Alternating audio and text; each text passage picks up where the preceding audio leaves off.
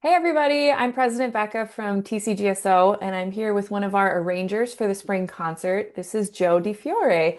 Joe is an accomplished woodwind specialist, is the leader of a big band called the Joe Di Fiore Big Band, and has composed music for television, movies, video games, and commercials. Hi Joe, it's really nice to see you. Hi, Becca. Great to see you. Can you tell the audience where you're from, your musical background, and what you're working on right now? Sure. I grew up in Southern California, specifically Orange County.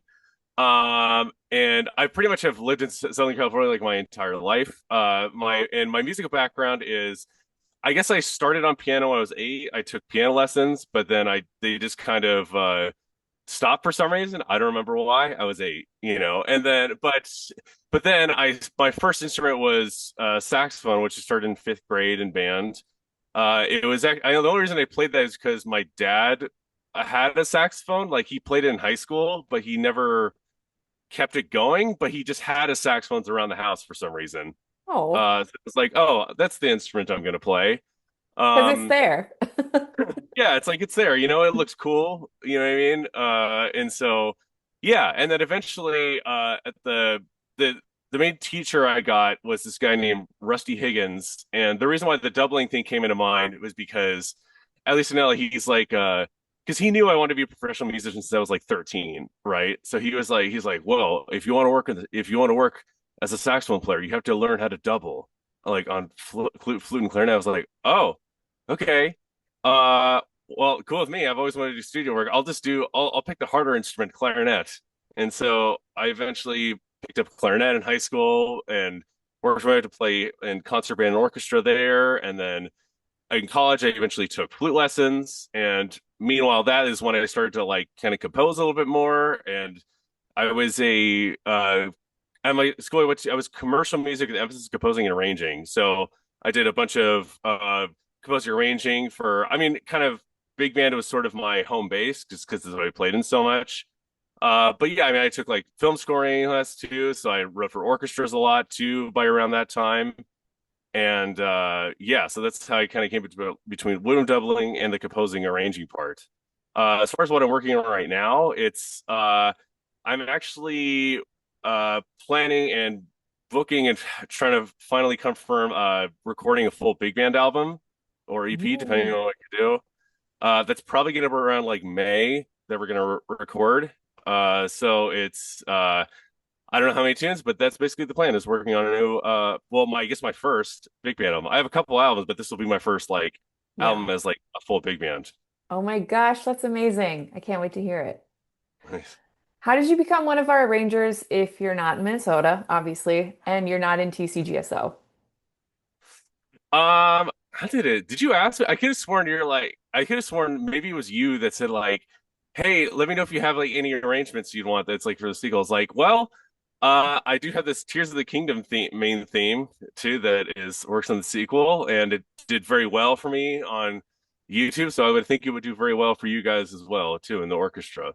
You very nicely said that we could play it, like you said. Uh, So when you did arrange this originally, did you try to match the song like a transcription, or did you put your own spin on it, or both? Kind of both, but more transcription. I was trying to basically match it pretty close to the recording as they got. It was kind of interesting because, well, one thing I learned from a buddy of mine named Stephen Lessa, who actually played on the Tears of the Kingdom video cover I did. One thing I learned from him over the years, one way to do is like, yeah, you could do a totally different arrangement, or you could do exactly the same. But Rao he taught me is like, oh, just do the same, but just add more to it. So in other words, the like Tears of the Kingdom main theme is not originally for like the traditional like 8 woodwinds and like what is it like eight or nine brass. It's usually a small chamber orchestra it's really written for. So I sort of try to set out to try to make it like a full sound like a full orchestra instead of like a chamber orchestra, because I think in the original I think it's only maybe 4 winds I want to say. And so I sort of set it to just take it and sort of do transcription, but make it even bigger. So I would say it's transcription, but just a transcription plus if you want to say. Yeah, yeah. And you have had experience writing for a full orchestra before, right? What were some of those pieces? Sure. Yeah, so most of them were in, I guess, yeah, film. I had some orchestrations for like a game or two. It just, yeah, it's funny because I don't have a ton of experience when it comes to writing for full orchestra. I write Mhm. for chamber orchestra. I've done a bunch of stuff. The times I've assisted composers for other composers, and that's usually just for like if it's strings, maybe a couple winds and percussion. So I will say that it is like somewhat new for me to write a full orchestra in general. Uh, but it's sort of like I forget who like where this like it's like having like a bigger canvas to paint on, you know. Hmm. I didn't really see it as necessarily intimidating. I was like, oh yay, more options to write for. Yeah. So I didn't see this problem as more of just so when it was a somewhat newer for me, it didn't feel like a huge undertaking. Okay. I like that image of painting with more Yeah. colors or instruments. What were some of the challenges you faced in arranging this theme? Um, well, first I did the transcription first, and thankfully I found somewhat of a transcription of it on MuseScore, I remember. And again, Hmm. keep in mind, I arranged this before the game actually came out, like roughly a month. So the only thing that was out was like the The trailer, and that's trailer, it. yeah. And thankfully on MuseScore, someone thankfully had no life enough to transcribe the whole thing. But it wasn't like I mean, it wasn't. I mean, like a lot of MuseScore, sheet music you find it's not completely accurate either. Yeah. I, so I downloaded it and then I basically just kind of cleaned it up a little bit. But when I Hmm. listened to it more, I learned there was like, oh wait, no, there's more layers. I was like, oh wait, no, there's more than one saxophone on this too. And it was funny because even I remember when I was recording it too, I was hearing it back. I was like, oh wait, there's this little element too. I think it was like a Hmm. third saxophone or something like that was in it. And I was thinking, oh, maybe I should just add this. I didn't write it in yet, but when I was adapting it for TCGSO, I was thinking, oh, I should probably just have like, it's a full orchestra, so I could have all the elements to it. But for that, I just sort of added it on the whim of like, stuff in the recording I just didn't even see, but you wouldn't know unless you listened extremely closely to it. Yeah. Repetitively. Yeah, exactly. It is nice when something is available on MuseScore and you can use that as like a skeleton. Exactly. It makes a huge difference and Yeah, saves a lot of time for saves sure. a lot of time. Do you have a favorite moment from your piece that you're looking forward to hearing us play in the final product? I think it's like maybe like maybe a minute and a half in. It's like very toward the beginning where it's only for like a bar or something where it's like the brass are like ba ba da da da. So to hear that with like a full brass, Oh, like yeah. incredibly. You guys have at least three trumpets and few French horns, then it'll sound incredible. Oh, So it's well, like the we got climax you. moment of the piece. Yeah, So I we would say got you on that. that. What advice would you give to someone who wants to arrange for like this full group? I don't know if you know fully, we have like electric guitar, electric bass, saxophones. We just have added instruments more so than the standard one. Do you have Sure. advice for that? Uh, don't be afraid to experiment with different colors. It's kind of a risky thing because like there are some combinations of instruments that you wouldn't think would work, but sometimes do. So like something like a saxophone and a guitar is a great color to have to play together. Sometimes there's been sometimes even like sometimes flute or piccolo with some like trumpet can work sometimes too. I know sometimes there's very odd instrument combinations that you probably not recommend. Like I wouldn't recommend like a triangle with a bass, but what do I know? We got to try things. You got to You know, try it. so yeah, but I think, but it's funny to say, but I would actually repeat what my composition told me, or composition teacher told me rather, which is to be like a really solid arranger, you have to be, in his literal words, a butt in a band. So like literally play in the orchestra. So having experience playing in an orchestra makes all the difference to me.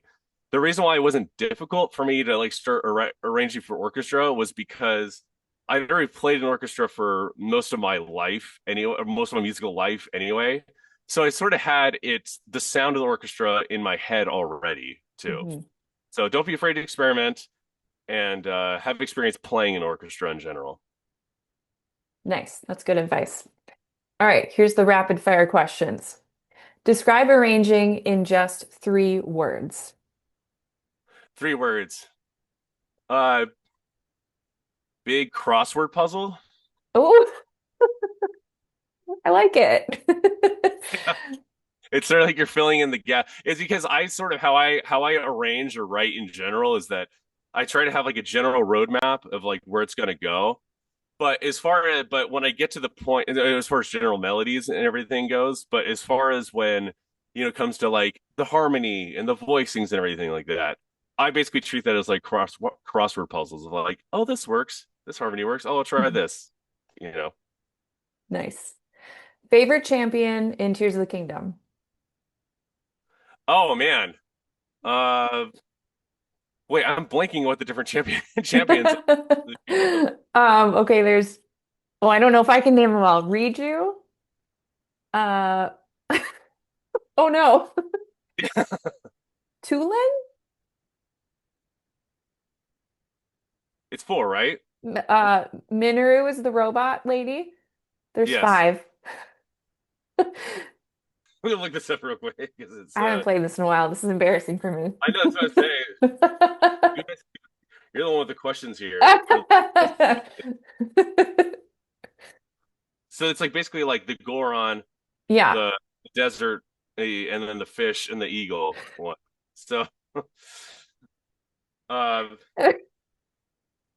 so I'd say I'd have to say my favorite is probably Unibo. Is that how you say the name? Yeah, I would say that. I mean, the Goron, Rock dude. yeah, the Rock dude. He's always been one of my favorites. So, as far as like going back to like Ocarina of Time, just the Gorons in general have been hilarious to me. So I would say Hmm. Great question asking. that. Did you Okay. research? I know I should. Oh, okay. The depths or the sky? Oh man, that's Where a do you great like question. going more? Uh, I'll say the sky. Yeah, I don't know why. I don't Because mind the there's death here, but saxophone up there. Got yes, that's true. saxophone. Yeah, it's okay. Is Sidon the best boy? I'll say yes, if not one of the better ones, I guess. He's always so complimentary. I know. Who else? But yeah, I'll say that. Best or one of the better. Well, thanks for your time today, Joe. You can hear Joe's arrangement of the main theme from Legend of Zelda, Tears of the Kingdom at Edison High School on May 8th. Thank you, and we'll see you there. Thanks, man.